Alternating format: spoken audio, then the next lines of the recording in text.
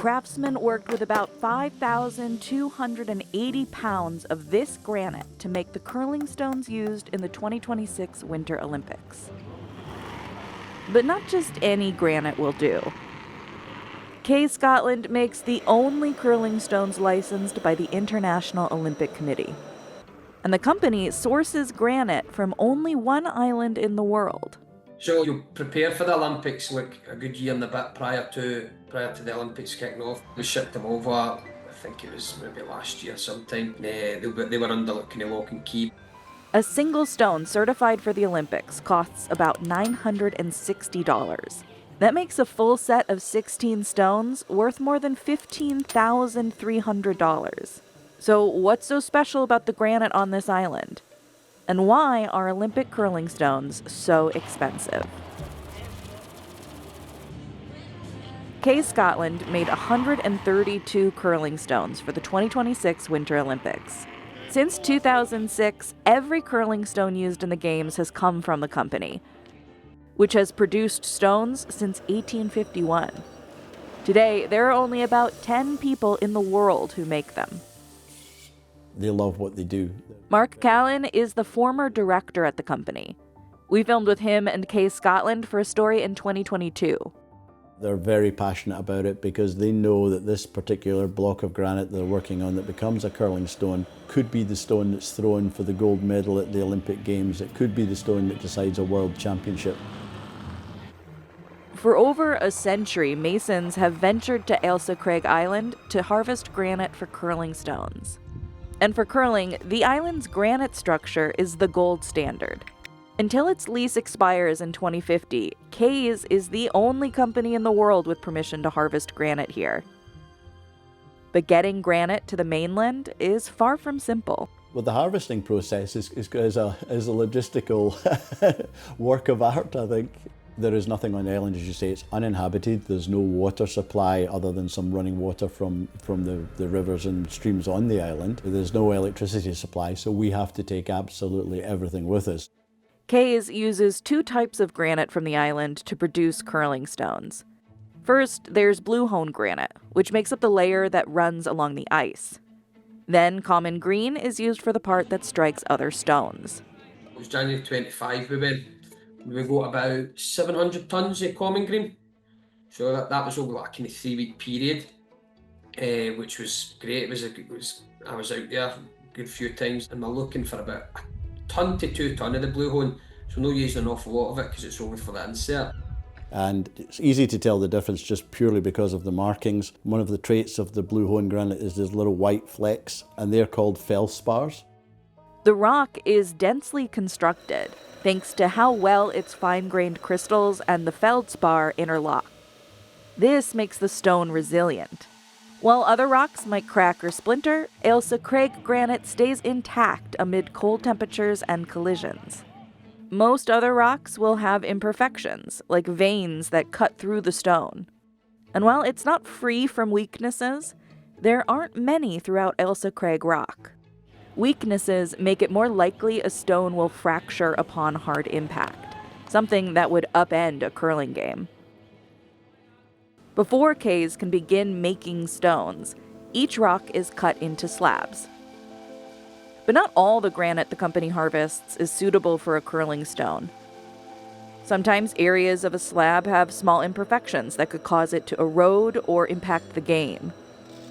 This is where the eyes of the masons come in. Throughout the process, they assess the granite and confirm it satisfies Olympic requirements. That curling stone's maybe been through about 5, 6, 7 sets of hands. So we test that at every single point before the production starts. But it's very rare in a sense where we get a lot of rejects, but you can get them. The slab thickness, we're looking for 145 millimeters, 14.5 centimeters thick. Then that gives us the ideal depth for coring, which then allows us to shape the stone while retaining the weight. From the slab, Kay's marks only the best parts worth coring, which are the areas it'll eventually shape into stones. We've gone to a lot of time and effort to bring this resource from an island over to the mainland, that we want to make the most effective use out of it. We can get boulders off the island that can be in the region of 5 to 7 tons. They will yield way more than 5 or 6 cheeses per ton. But if we average it out across a whole harvest, then if we get around 6 cheeses per ton, we're doing pretty well.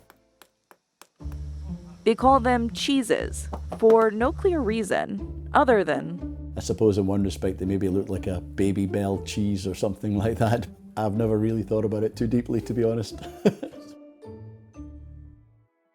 Well, the process today largely depends on machines.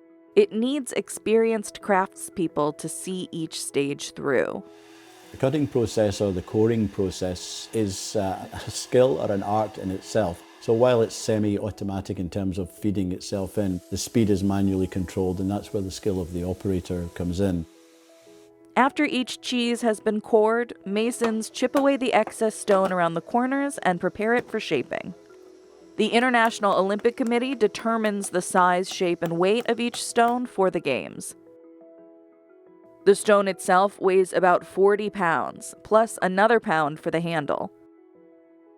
After it reaches its final form, it's time to polish it. Each stone needs to be uniform in weight, size, and running surface. The running surface on the bottom determines how much the stone curls. To curl, there needs to be friction between the ice and the stone. That roughness is only achieved by the experienced hand of a mason. Kays stores granite over time, returning to Ailsa Craig about once a decade.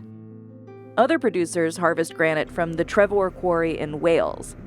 Once sourced granite from Trefor too, but Mark says quality control issues turned it away.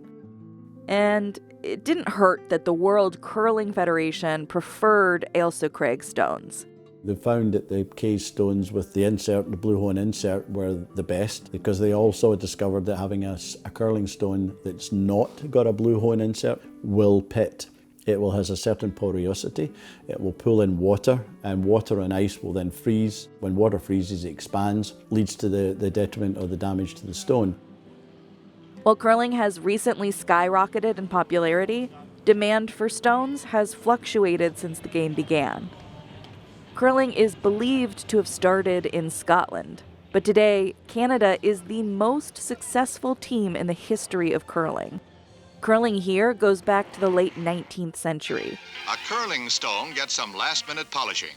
When many of the Scots who immigrated to Canada brought the game with them.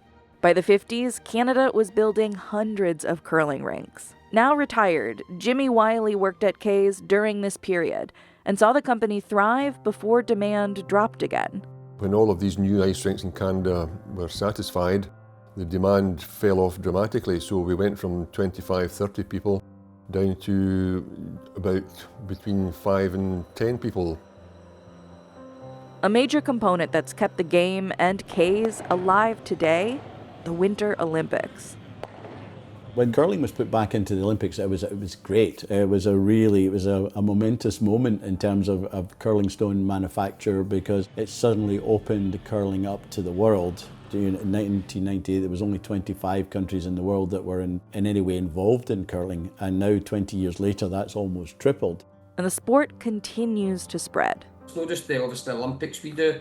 Our kind of day-to-day business is sending the stones to clubs, whether that be in Canada, which is one of the biggest markets, and then Asia, which China has been a really big market recently. I sold some stones to the Antarctica. That's just quite crazy to me, but we've sold stones there. And even as far as New Zealand last year, we sold some stones to there too.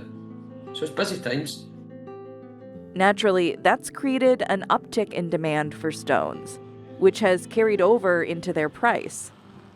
We have increased our sales, which is really, really good news. Having said that, we've also increased our costs because we'll have to go back for granite more frequently and to satisfy the demands. In 2000, Kays harvested about 1,500 metric tons of common green and about 300 metric tons of blue hone. 13 years later, it took 2,500 metric tons of common green and 500 metric tons of blue hone. Even though it's not in danger of running out of granite anytime soon, Kays still aims to use every bit it harvests, even the stuff that doesn't meet its standards for an official curling stone. and if they don't meet the criteria of saying a culling stone, we'll turn that into giftware. We've got 3 official Olympic licensed products, so it's quite exciting times for here, especially being a small company.